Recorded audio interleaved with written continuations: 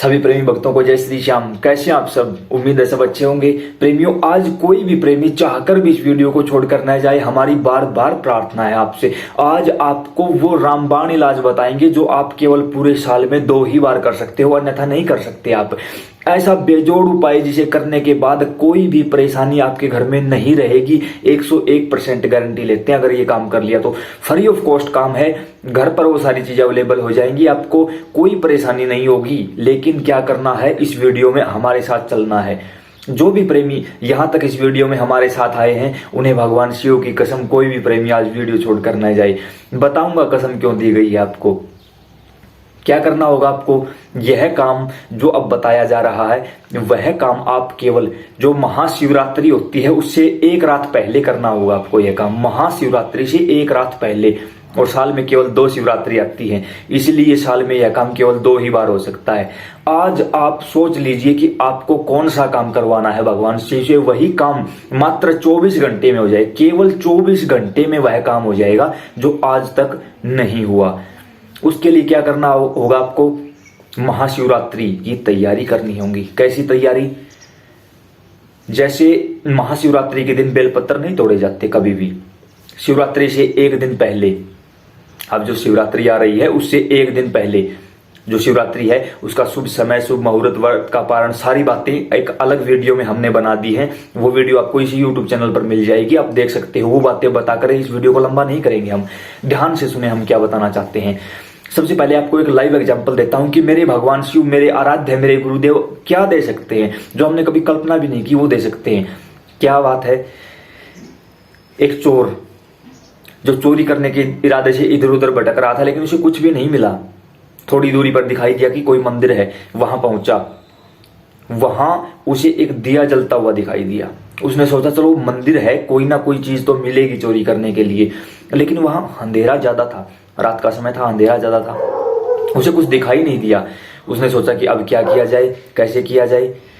उसके पास एक कपड़ा था जो हमेशा वो अपने पास रखता था। उस कपड़े को उसने उस दीपक के ऊपर लगाया। वो कपड़ा जल उठा। उस कपड़े के जलने से चारों तरफ प्रकाश फैल गया। पूरे मंदिर में चारों तरफ प्रकाश फैल गया। उसने उस कपड़े से शिवलिंग के चारों तरफ फेरी दी। ये देखा कि कुछ है या नहीं है। फिर उसने पूरे मंदिर की फेरी दी, देखा कुछ है या नहीं है। तुरंत मेरे आराध्य, मेरे भगवान शिव, मेरे गुरुदेव स्वयं आदिशक्ति माता पार्वती के साथ प्रकट हुए, प्रसन्न हुए और कहा, हे वत्स, क्या चाहिए? जैसे ही उस चोर ने भगवान की तरफ देखा, शुद्ध बुद्ध भूल बैठा, हाथ जोड़कर बैठ गया कि हे भगवान, मैं चोर हूं, चोरी करने की इरादे से आया हूं। ऐसी क्या करुणा की, ऐसी मुझसे क्या हुआ मुझसे कि जो साक्षात त्रिभुवनपति भगवान शिव मेरे सामने खड़े हैं। आदिशक्ति माता पार्वती मुस्कुराई और कहा, हे वत्स, तुमने महाशिवरात्रि के इस पावन पर्व पर इस पवित्र मंदिर में शिवलिंग के पास प्रकाश किया है, इस कारण हम तुम पर प्रसन्न हैं। बताओ क्या चाहिए? चोर ने हाथ जोड़ लिए और कहा, कुछ नहीं चाहिए। जिसे स्वयं मायापति के दर्शन हुए हैं उसे और क्या चाहिए? अब माया नहीं सता सकती मुझे। मैं चोरी करने के इरादे से आया था, लेकिन साक्षात भगवान के दर्शन हुए। मेरे शिव ऐसे ही भोला नहीं कहा जाता उनको। हमारे यहाँ हरियाणा में एक पुरानी कहावत है, ना बंगला ना गाड़ी, फिर भी दाग से जिसकी ठड्डी, इसमें कोई उलाना ना, अर्जुन में भोला भोला कह दुनिया को उस पर शाना ना। ये सच्चाई है कि ऐसे ही दुनिया उन्हें भोला नहीं बोलती, वो सच में भोले हैं। कहा, चोरी करने के इरादे से आए थे। क्या चुराना चाहते थे? कहा कि धन चोरी करने के। तुरंत उसी समय मेरे शिव ने आदेश दिया कि आज से वरदान देते हैं, हम खुश हैं तुझ पर, तुम्हें इसी समय इसी क्षण हम कुबेर का राज सिंहासन देते हैं। कुबेर जिसकी पूजा हम दीपावली के दिन माता लक्ष्मी के साथ करते हैं, जो धन के राजा हैं। तुरंत कुबेर का उस गद्दी से उतारा गया और उस चोर को उस गद्दी पर बैठा दिया गया। आज जिसकी आप पूजा करते हो वो कुबेर कोई और नहीं, वो वही चोर है जिसे मेरे भगवान शिव ने कुबेर की उपाधि प्रदान कर दी, धन का राजा बना दिया। कुछ धन चोरी करने के लिए आया था, वो भी मंदिर में, और चोरी करने के इरादे से आया था, लेकिन गलती से वो काम कर बैठा कि मेरे शिव ने उसे धन का राजा ही बना दिया। ऐसे ही बोला नहीं बोलते उनको। जब एक चोर को वो उस गद्दी पर बैठा सकते हैं, तो हम तो फिर भी उनके श्री चरणों के दास हैं। हम तो चोरी करने के इरादे से नहीं गए, हम तो उन्हें मनाने के इरादे से गए हैं। आपको क्या मिल सकता है? आप कल्पना भी नहीं कर सकते, आप सोच भी नहीं सकते कि आपको क्या मिल सकता है, उस रात्रि का कितना विशेष महत्व है। सारी बातें इस वीडियो में बताऊंगा। अब चाहकर भी कोई प्रेमी इस वीडियो को छोड़कर न जाए, आपको भगवान शिव की कसम कोई प्रेमी छोड़कर न जाए बस आज इस वीडियो को। क्या करना होगा, शिवरात्रि से एक रात पहले यह पूजा आपको करनी होगी। कौन सी पूजा? दिन में कभी भी बेलपत्र शिवरात्रि के दिन नहीं उतारे जाते। दिन में आप बेलपत्र उतारिए, वो भी 12 बजे से पहले, क्योंकि 12 बजे के बाद बेलपत्र नहीं तोड़े जाते। बेलपत्र 3 मुखी होते हैं, 5 मुखी होते हैं। ज्यादातर हमें 3 मुखी बेलपत्र देखने को मिलते हैं। 3 मुखी, जो एक पत्ते की 3 पत्तियां होती हैं। ध्यान रहे, कोई भी पत्ती कटी फटी टूटी फूटी नहीं होनी चाहिए, बिल्कुल संपूर्ण समर्पण चाहिए भगवान शिव को। ऐसी पत्तियां तोड़िए, कम से कम 25 पत्तियां, 25 बेलपत्र ले आइए आप, और कुछ नहीं ला सकते। बिल्कुल सरल विधि बता रहा हूं, 25 बेलपत्र ले आइए आप। दोपहर 12 बजे से पहले पहले उन्हें एक कपड़े में लपेट कर रख दीजिए आप। ध्यान रहे, बेलपत्र और तुलसी कभी भी अपवित्र नहीं होती, कभी भी बासी नहीं होती। आप पहले ही उन्हें तोड़कर अपने पूजा स्थान पर रख लीजिए, किसी कपड़े में लपेट कर। अब आपको 4 पहर की पूजा करनी है। वो 4 पहर कौन से होते हैं? मान के चलो कल महाशिवरात्रि है, तो आज रात को 4 पहर होते हैं। शाम को 6 बजे से 9 बजे तक, 9 बजे से 12 बजे तक, 12 बजे से 3 बजे तक, और 3 बजे से फिर सुबह 6 बजे तक 4 पहर होते हैं। 4 पहर की जिसने पूजा कर ली, मैं किसी और की नहीं बताऊंगा, इसका लाइव एग्जांपल मैं खुद हूं। हमने खुद की है, और मेरे शिव ने वो दिया है जो मैंने कभी सोचा भी नहीं था। आप लोगों तक पहुंचाया है मेरे शिव ने मुझे। वो मेरे गुरुदेव हैं, मेरे आराध्य हैं, मेरे इष्ट हैं, जो भी हैं मेरे सर्वेश्वर वही हैं। पहुंचाया मुझे यहां तक।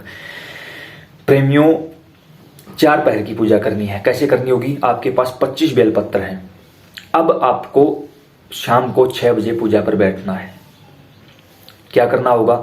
आपको किसी मंदिर में जाना होगा। मंदिर के अलावा यह कहीं भी काम नहीं करेगा। मंदिर के अलावा कहीं भी यह चीज काम नहीं करेगी। क्या करना होगा आपको?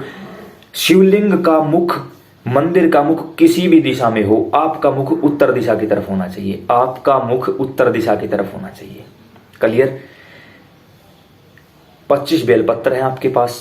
बाती, घर से बाती ले सकते हो आप, हाथों से तैयार कर सकते हो बाती को, जो रुई की बाती होती है।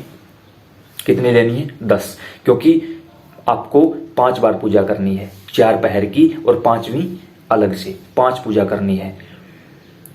और आप सभी को पता ही होगा कि भगवान शिव के मंदिर में कभी भी एक बाती नहीं लगाई जाती, वहां जोड़ा लगाया जाता है, शिव पार्वती का जोड़ा, इसलिए 2 बाती एक साथ, वो भी घी की। आप दिए के अंदर घी डालें या ना डालें ये आपके ऊपर डिपेंड है, कोई दिक्कत नहीं, लेकिन बाती जो है वो घी में भिगो कर ले जाएं आप।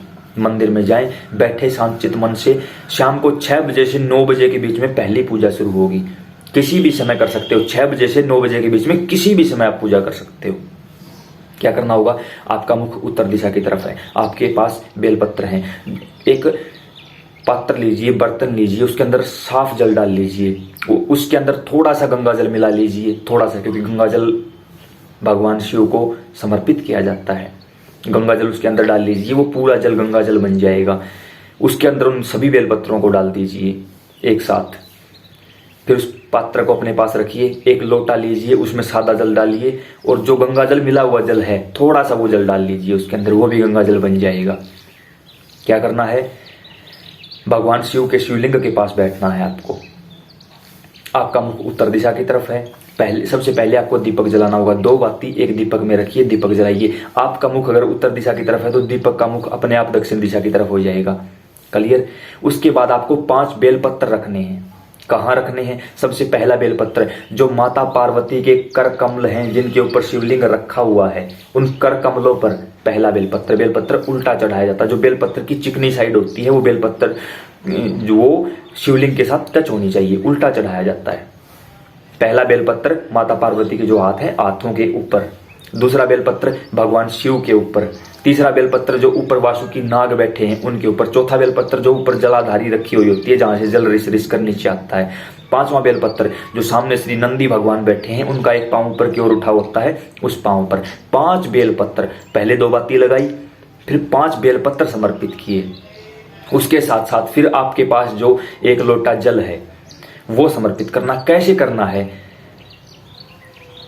आप जहां भी इस समय जिस ओर मुख करके बैठे हो, उस समय आपके जो दाएं हाथ, बाएं हाथ, राइट हैंड की साइड जहां से पानी नीचे जाता है, देखा होगा आपने माता पार्वती के जो हाथ है जहां से पानी नीचे की तरफ जाता है, वो दाईं साइड भगवान गणेश की होती है। सबसे पहले यहां जल डालिए, ओम नमः शिवाय बोलिए। फिर बाईं साइड जो भगवान कार्तिकेय की होती है वहां जल डालिए, ओम नमः शिवाय बोलिए। फिर माता के कर कमल जहां शिवलिंग रखा हुआ है ये हिस्सा, वहां जल डालिए, ओम नमः शिवाय बोलिए। फिर शिवलिंग के ऊपर जल डालिए। फिर भगवान जो वासुकी नाग हैं उनके ऊपर जल डालिए। फिर जलाधारी में जल डालिए। और अगर आसपास और प्रतिमाएं हैं भगवान के आसपास, जैसे आपने देखा होगा प्रतिमाएं मिलती हैं, वो प्रतिमाएं हैं जैसे भगवान गणेश की, कार्तिकेय की, ब्रह्मदेव या श्री हनुमान जी महाराज बैठे होते हैं, अगर वो हैं तो उनको भी जल डालिए। और लास्ट में जो जल बचा है लोटे में, वो पूरा जल आप भगवान नंदी का जो उठा हुआ पांव है उस पांव के ऊपर समर्पित कर दीजिए। आपकी एक पहर की पूजा कंप्लीट मानी जाएगी। उसके साथ साथ जो माता पार्वती के कर कमल हैं उन पर अपने हाथों से लेप करिए। अपने हाथों को वही रगड़ दीजिए, कोई दिक्कत नहीं होगी। हाथों को रगड़कर उन्हीं हाथों को अपनी आंखों पर लगा लीजिए। जो भी बात है भगवान शिव को हाथ जोड़कर बोल दीजिए कि ये परेशानी है, बस। उसके बाद फिर से आप भगवान के जाप में लग जाए। नमः शिवाय, नमः शिवाय, नमः शिवाय, नमः शिवाय, नमः शिवाय। और कोई मंत्र नहीं जपना आपको, नमः शिवाय, नमः शिवाय, नमः शिवाय। अगर कोई भी प्रेमी जो माला करता, याद रहे माला केवल रुद्राक्ष की होनी चाहिए, दूसरी कोई माला नहीं चलेगी। माला रुद्राक्ष की होनी चाहिए, रुद्राक्ष की माला कर सकते हो। दूसरा पैर शुरू होगा, फिर आपको यही काम करना है, वही बेलपत्र, वही जल, वही दीपक। फिर तीसरे पहर में, फिर चौथे पहर में, ऐसे करते करते आपने 4 पहर की पूजा कर ली। अब एक और पूजा करनी है आपको, ठीक इसी प्रकार सुबह सूर्योदय के बाद, सुबह सूर्योदय के बाद 5वीं बार। अगर एक बार में 5 बेलपत्र यूज किए तो 25 बेलपत्र, एक बार में 2 बातियां लगाई तो 10 बातियां, और एक बार में 1 लोटा जल दिया तो 5 लोटे जल आपने भगवान शिव को समर्पित कर दिए। 5 बार अपनी मनोकामना आपने भगवान शिव को बता दी। पूरी रात जागकर आपने भगवान शिव का जागरण कर लिया। चाहे अकेले ही बैठे हो, कोई दिक्कत नहीं होगी। अगर अकेले ही बैठे हो ना तो भी कोई परेशानी नहीं होगी। अकेले बैठकर भी आपने जागरण कर लिया। और सच बताऊं, अगर अकेले बैठे हो ना, 101% लिख कर देने के लिए तैयार हूं मैं। त्रिभुवनपति भगवान शिव आपके साथ मौजूद होंगे, वहीं लिख कर देने के लिए तैयार हूं। अगर ना आए मुझे बता देना, कोई नहीं लेता गारंटी, मैं लेता हूं, मैं लेता हूं गारंटी। ज्यादा नहीं बोल पाऊंगा इस विषय में। 101% आपका काम मात्र 24 घंटे में भगवान शिव सफल कर देंगे। याद रहे, पूरी रात जागरण करना, चाहे अकेले ही बैठे हो। और सच बताता हूं, अकेले बैठे हो और पूरा ध्यान भगवान की तरफ है, गारंटी देता हूं दिखाई देंगे भगवान शिव, आदि शक्ति माता पार्वती के साथ दिखाई देंगे। लोग कहते हैं भगवान आते नहीं, हमें बुलाना नहीं आता, वो प्रतीक्षा में रहते हैं। जिस प्रकार हम प्रतीक्षा में रहते हैं कि कब भगवान का कोई काम आए और हम वो भाग दौड़ कर वो काम कर दें, उसी प्रकार भगवान प्रतीक्षा में रहते हैं कि कब मेरे सच्चे अच्छे भक्त मुझे कोई काम दे और मैं वो काम कर दूं।